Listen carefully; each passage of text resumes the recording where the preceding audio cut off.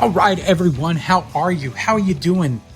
Thanks for joining us this week and welcome to our podcast. It's called Is Breakfast Included? This week we got to sit down with Miranda Baca. Miranda's an audio tech. She was out on the Duran Duran tour with us. We found out a lot about her. Miranda was a great hang. She was a great co-worker and just a fucking joy to be around. Anyway, it was a lot of fun. We had a lot of fun. We tried this a couple of times. And then we finally got it down. She wasn't used to doing interviews, but she slayed it, man. It was a lot of fun. Lisa and I got to sit down with her, and anyway, let's check it out. Tell everyone who you are. Yeah, so my name is Miranda Baca. I work for Claire Global, and I'm out here PA teching for Duran Duran for their second leg. Right on. Yeah. Are you enjoying it? I'm having a blast. It's been a good time. How long have you been PA teching? This actually is my very first tour, so not long. You would think that you've toured before because you're a hard worker. Thank you. I watch you every day. I mean, I've done a couple one-offs and stuff flying PA, but, you know, the bus life and all that, first round, so. Right on. Yeah. Where are you from originally? Born and raised in Arizona for 18 years. What part of Arizona? I lived in Phoenix, the city. I lived in the suburbs of Glendale, actually. Nice little town. No, I'm thinking of Scottsdale. Yeah. Oh, it's like 30 minutes. I worked in Scottsdale for a little bit at a little bagel restaurant. Yeah, I have a friend that lives in Scottsdale, and he always says, "I live in the nice part of Scottsdale." Scottsdale is all nice. That's where all the nice rich people go. It's a nice little safe town. Right on. How old are you, by the way? 21. 21. Yeah. Were you always interested in audio? A little bit, yeah. I've always been a concert enthusiast and stuff. Like, really, my interest started when I was about 13, 14. I started listening to some punk music. Yeah, so I went to a Joyce Manor show when I was 14, and it was my first show ever. Mm-hmm. I went all alone, all by myself. And I was standing in the back. Joyce Manor came on, and the crowd, just the energy of the crowd, the community, everyone was just having a good time. It was my first time ever seeing a mosh pit, and something about it just like drawed me in. I was just a tiny little 14-year-old girl, and I was out there just moshing with like 30-year-old dudes, and I had a blast. It was great. And just the community, like, they saw that I was really interested in like kind of getting up in there, and they were like wanted to mosh with me, but they're also like, all right, like a little protective and like careful with it too. It was really sweet. So yeah, and like ever since then, I just wanted to be a little part of that, of creating that space and energy for people to go and kind of do that. So you didn't go like, I want to be the musician route. You were like, I'm more like, I just want to be part of it. Yeah, I mean, you know, I've always wanted to be a musician. I mean, I am a musician, you know, like I make my own music and all that fun stuff. But for the most part, yeah, like I just wanted to be involved in live sound, no matter if it was me being the musician itself or me being, you know, a little piece of that. Like, yeah. That's cool because that was me, and I'm much older than you, but that was it. Like I was just a little bit, just a little bit, not by long. You know, I'm old enough to be your, you know, grandfather's young friend. Let's just put it that way. No, like I was at a show, man. I guess I was around 16. I went to see Van Halen. You've heard of Van Halen? I've heard of them, yeah. And they were playing this song, and I was in the crowd. It was long before there was festivals every week, and it was called the Texas Jam. And they played this one song, and they had this solo at the end, and he played it. And I remember the feeling I got when he played that solo, like, dude, I just want to be part of anything. Yeah. I don't have to be up there. I just want to be part of doing this. Mm-hmm. And lo and behold, you know, several years later, that's what I do. Yeah, totally. So I get that. The way you're telling me your story, like, I get that whole, like, the community part of it, and it's cool. Yeah, the energy of it all is just amazing. Like back then, all I knew was mixing, so I was like, oh, like I'm gonna go and mix for this band or whatever.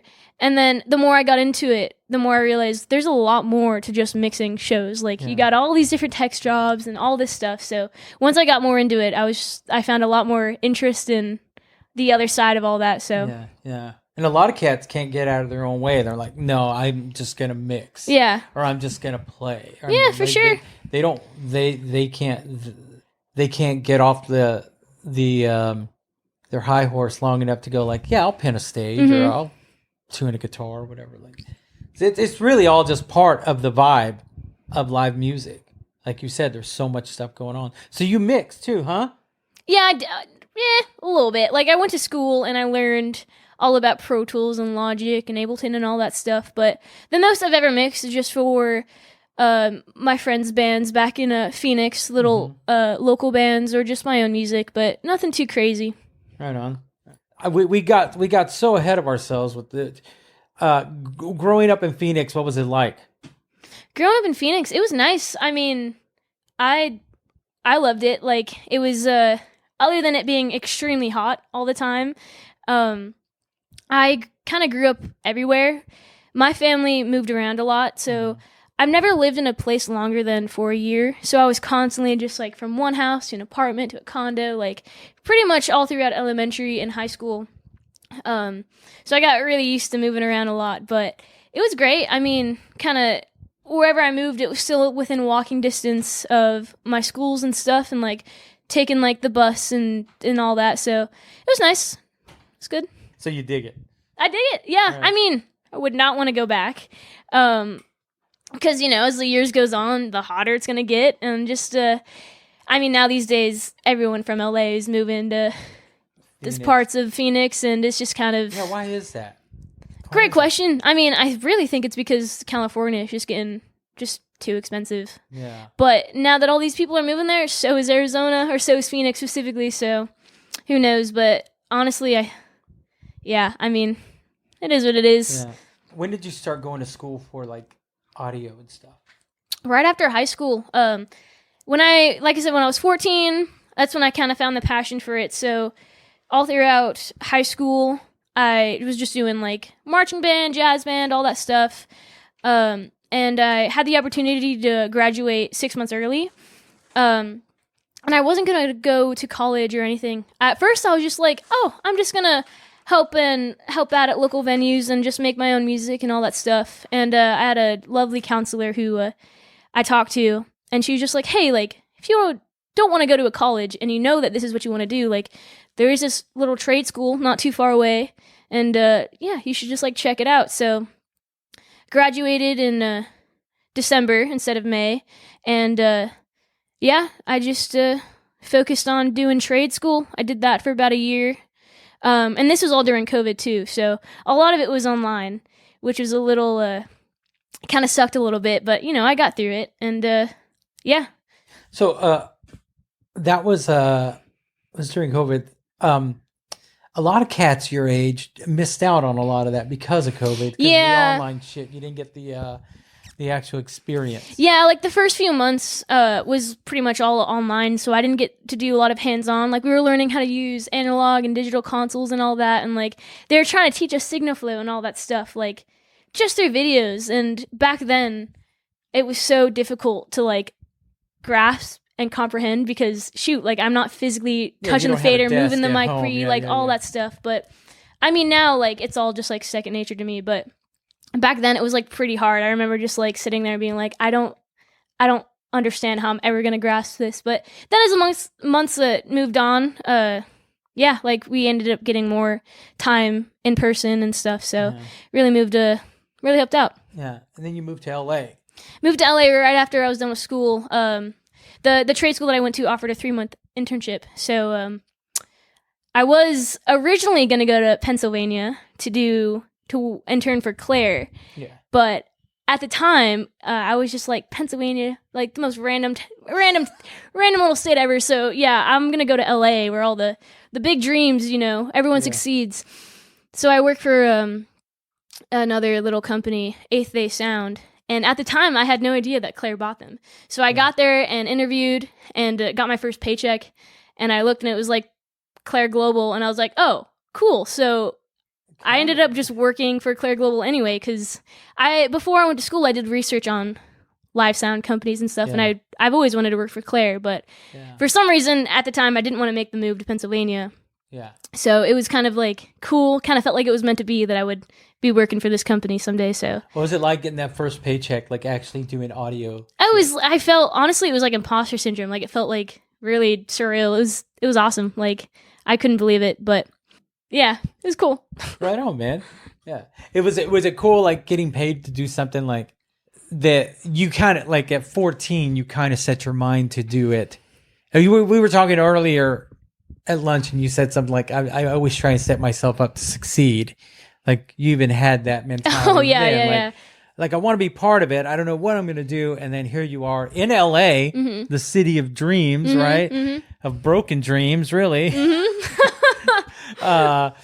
And you're cashing a check, doing something that you fucking said you were going to do. Yeah.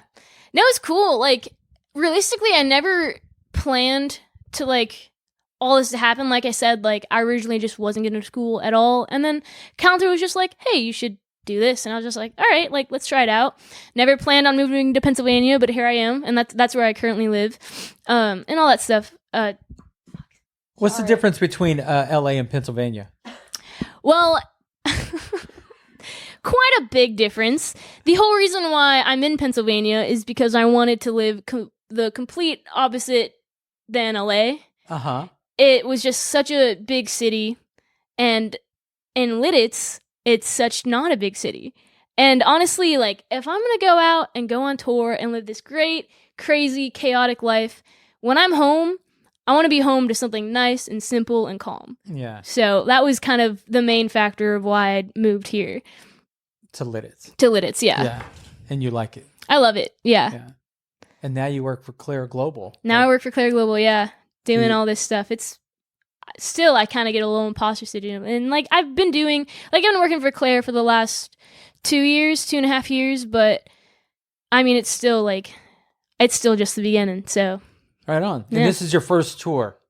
First tour, yeah. First, like on the bus, like no number 2 on the bus, that type of shit. Yeah, learning all the rules. Yeah, I mean, honestly, I'm making every rookie mistake a rookie could make, but I mean, that's the whole point. That's the whole process of it, and it's been great. Like this tour that we're doing is, in my opinion, like I'm just so grateful to have been put on it, because not only are the people great, but just the whole like production of it all. Like it's just pretty smooth, pretty easy going. Like, because like when I was learning about all this stuff, the first thing you kind of hear is just like, oh yeah, like everyone's just angry and everyone's assholes and you really got to have tough skin, which is true for the most part. But everyone on this tour has been pretty nice, pretty great. Like, you know, when I started touring, I heard a lot of that. I started touring late in life.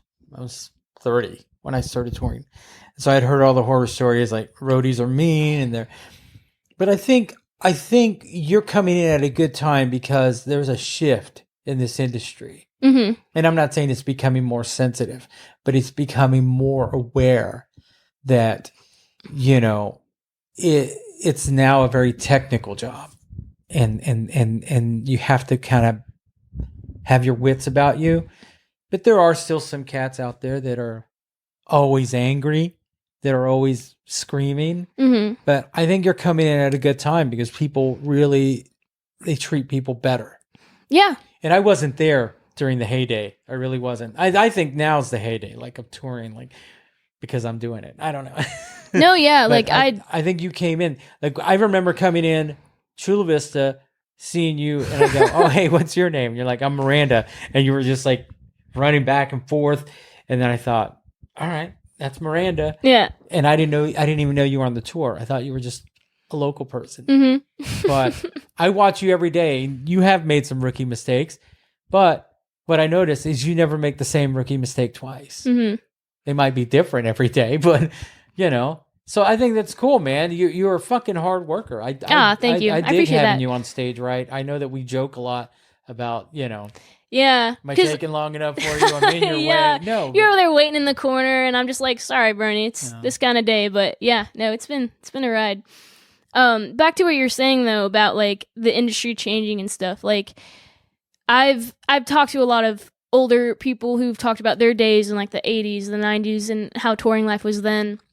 And I mean, just from how they explained it to how I'm experiencing it now, like I can definitely see it. And just being, you know, a young lady in the industry, like there are people that I've met that still are definitely stuck in that way. Like they kind of look at me and they're like, yeah, like what does this girl like think she's doing? Like she doesn't know anything. But then like I don't know, I'm just here to do my job. I'm here to make the show happen. So Yeah. it's kind of just I kind of blur them out and just do my own thing. Yeah, So I dig that you don't take anything personal.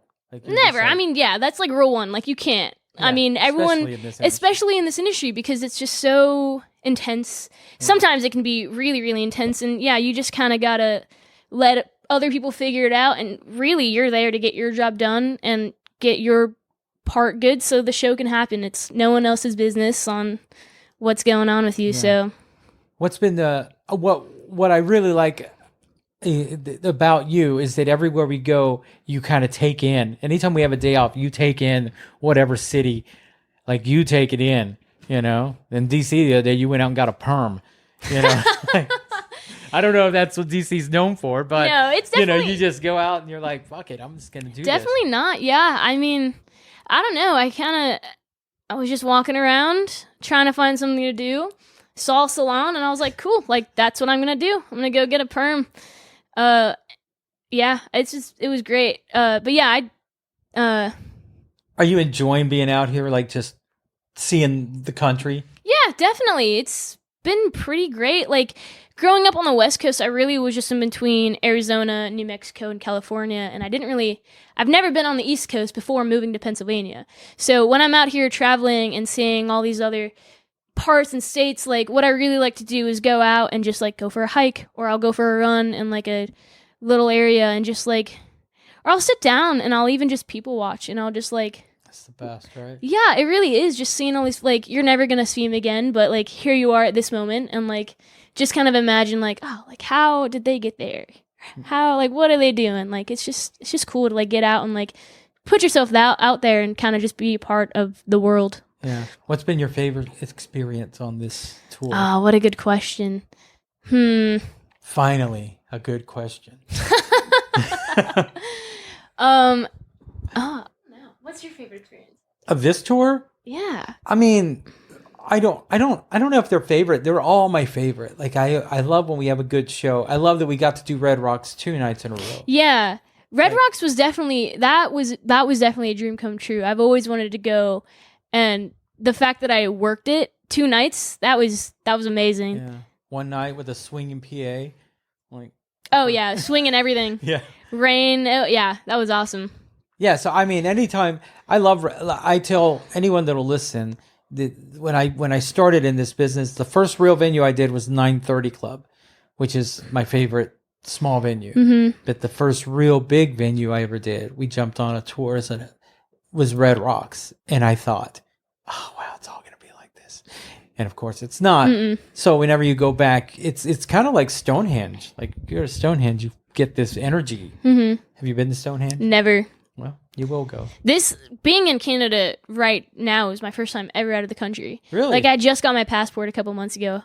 Right never stepped foot out of America, so. How are you finding Toronto? Toronto's great. Like, last night, I was walking around experiencing all these different kind of little shops and stuff. I mean, bought this cool pair of sunglasses and shirt, and I was, I met up with some friends who were on the Chicks. And we were kind of just walking around, and we were pretending to be not like different people, but like we gave each other like different names. So I was like Sarah for the night, and I was walking around just like, I don't know, being Sarah, whatever Sarah does. Yeah, but it's great. I will say, living in LA for 2 years, really, I didn't like being in the city. Like I just didn't like feeling constantly unsafe, and like I didn't like it was just so dirty. So being back in a city, and like Toronto, kind of reminded me of all that, because there are a lot of people here who it's a little seedy at times. Mm-hmm. Right? Can get a little dangerous. Like I was about a mile from the hotel last night, and I was telling my friends like, yeah, like I think it's time to like hit the hay. I'm gonna go ahead and walk back to my hotel, and they're just like, no, you weren't, girl. Like we're going to get you an Uber or we're going to walk you back. Like, and it kind of was just a reality check. Cause I got so used to living in Lidditz where you can walk around any time of the night and just be fine. Cause it's just such a small, safe town. Yeah. So yeah, I kind of forgot that like, oh yeah, I'm in a city. Like this is, yeah. You know, I've never been to Lidditz. I've never been to. You should. It's beautiful. Yeah, it's great. Yeah, it's great. Like I hear a lot about it. Yeah, I bet. Rock Lidditz especially is just such a great little campus. Like they got their own little rock climbing gym and like. I see the Rock Lidditz shirts. Yeah. I get jealous. I get very like t-shirt envy. I don't even have one of those yet. I'm working on it. Right. One thing I've noticed about you, you are a chronic overthinker. I mean, you and I were talking one day, and you showed me these Facebook posts from 2010, and I noticed that the chronic overthinking was even. I've always been in my little noggin. I've always just been overthinking stuff. So how old were you when you those posts that you're those showing? Posts? Yeah, what were they from? 2010. So I was 8 years old. 8 years old, and I was just like, yeah, one of them was just like.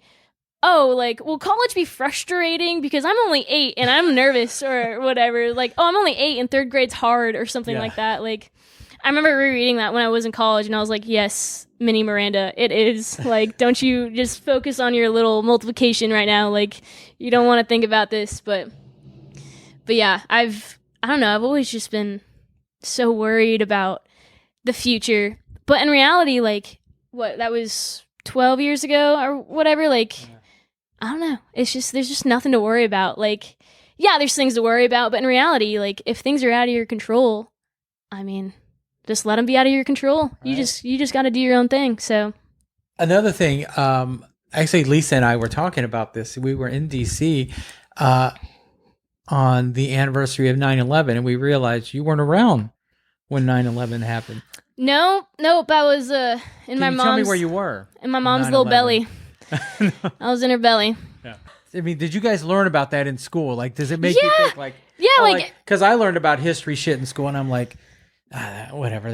That didn't happen when I was around. So like World War I or freaking, I don't know, whenever you went to school 200 years ago. Man. I'm being roasted.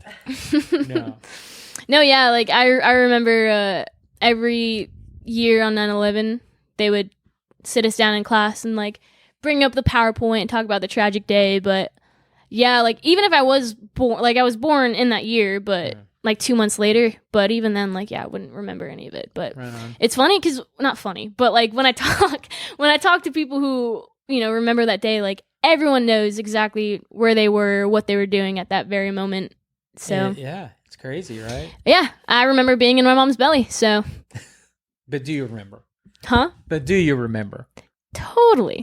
No, not at all. What are your plans, man? Do you plan on continuing touring? Do you want to pursue, like, right now you're hanging PA.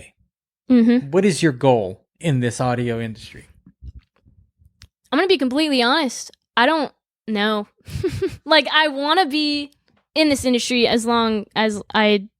Would you ever consider, like, doing something else in the production? Like, maybe be in the office or... Oh, no. I want to... I'm very, like, hands-on. I want to keep... Well, that's kind of offensive. let me rephrase my answer. But yeah, like, flying PA is great and all that. I have a very big interest in mon-teching and just teching in general. Like, I love troubleshooting, figuring stuff out. So if I could be a mon-tech or RF tech or stuff like that, do that for a couple years and eventually just work my way up to be a mixer, you know? Yeah. That would be pretty nice, but kind of wherever the wave takes me is where I'll go. I'm very open-minded right now, so whatever happens. Yeah. Kind of, you come off to me as you know what you want, but you're just kind of figuring out your way how to get there. Yeah, exactly. Like, I know what I want, but I'm like, at the same time, I'm still so young, and I got so much to experience. Yeah. I got so much life to live, so I don't want to rush and like get there, because once I get there, then I got to figure out what's next. Yeah. Which isn't like a bad thing, but I just much rather prefer to, like, I don't know, have a little more variety in what I'm doing and how I'm taking care of it. Well, I'll tell you this, man. I see what you do every day. I see how hard you work. You have a lot of respect for the gig. You have a lot of respect for the industry. And there's a lot of people who've been doing it longer than you who don't. And I see that. I call them out, like that don't have that. So I think that's why I gravitated towards you in those first few days, like trying to like nudge you to get you to talk. And then once you started talking, you didn't stop. You asked for it. Yeah. But no, I'm we all love having you out here. We really do. Oh yeah, no, I don't think there's a person on this tour that has a bad word to say about you. Yeah, thank you. That means a lot. It's been such a pleasure working with you, with you guys too. All right, man. So, I usually ask if you have any social media, but I don't think you do. I don't think you want randos following you, do you? well, I do have social media, but I'm very much like on and off it. Like, yeah, I don't know. I'd have an Instagram and stuff, but I delete it like every couple of weeks for a couple of weeks at a time, and then I'll re-download it. Because social media, it's a great way to stay in contact with your old friends and such, but then you can get like really sucked into it of just like, like this person's doing this and like I'm not doing good enough or whatever. So once I get to that point, I kind of just delete it, recenter myself, and then I'll come back around. But yeah, Oh, that's pretty enlightening. Because I get sucked into it for hours at a time. Yeah, it's kind of bound to happen to anyone, but as long as you can kind of just take a step back and be like, all right, this stuff it's not that deep. Just kind of, yeah. Well, thank you so much. I know I've been trying to fucking nail you down to get to do this, and you did it. I didn't know if you didn't want to, or you just running from me. No, yeah, but I appreciate it. Our podcast, it's called Is Breakfast Included? And if we were having breakfast, what would you have? A breakfast burrito. A breakfast burrito. Bacon. Yep. Just egg and bacon. Just egg and bacon, some cheese, maybe a little sour cream, a little guacamole. That's all I want. I'm a very simple lady. I was on the search for a breakfast burrito this morning, actually, but some reason Toronto does not have any. You're not going to find them up here. No. Yeah. Yeah. What about you, Bernie? What would you have for breakfast? It's the second time somebody's asked me that today. Pancakes. Blueberry, chocolate. Just plain pancakes. There we go. You got to get some maple syrup up here in the Canada. No, I don't like maple syrup. I had maple syrup this morning with my pancakes, and it was too sweet. Fair. I like that artificial, what is it? Yeah, high fructose shit. I like that shit that's going to kill me. Mm-hmm. Like, I want to die happy with pancakes, and then bacon and coffee. Okay. With cream and Splenda. Nice and simple. Nice, simple American breakfast. Brain. Mm-hmm. That's me. Mm-hmm. Yeah. Cool. So yeah, my breakfast never changes. It's pancakes. Flapjacks if you're in a different part of the country. But anyway, thanks so much. Yeah, thank you. It's been good talking to you. Yeah, you too. I appreciate it. I'll see you later. I'll see you tomorrow at the load-in. For sure. All right. Thanks. Right on. Miranda Baca. What did I tell you, man? I see big things for Miranda, man. She's a rock star. Like I said, she had this vibe about her that everyone just fell in love with her because she was hilarious. She kept conversation. Man, she was just cool and a hard worker. One thing I got to say, this was her first tour, and a lot of cats in this industry, I think we tend to forget our first gigs, our first tour. And don't forget that, man. We all had a first gig. We all made mistakes. We all learned from those mistakes, and we're all here doing what we do at the highest level. Miranda is there with us. She is a hard worker. If you're looking for a great audio tech, look no further. All right, guys. Don't forget to check out our online web store, isbreakfast.bigcartel.com. The t-shirt orders are coming in. Don't be left out. All right, guys, I'm done. Have a great day. We'll talk to you next week.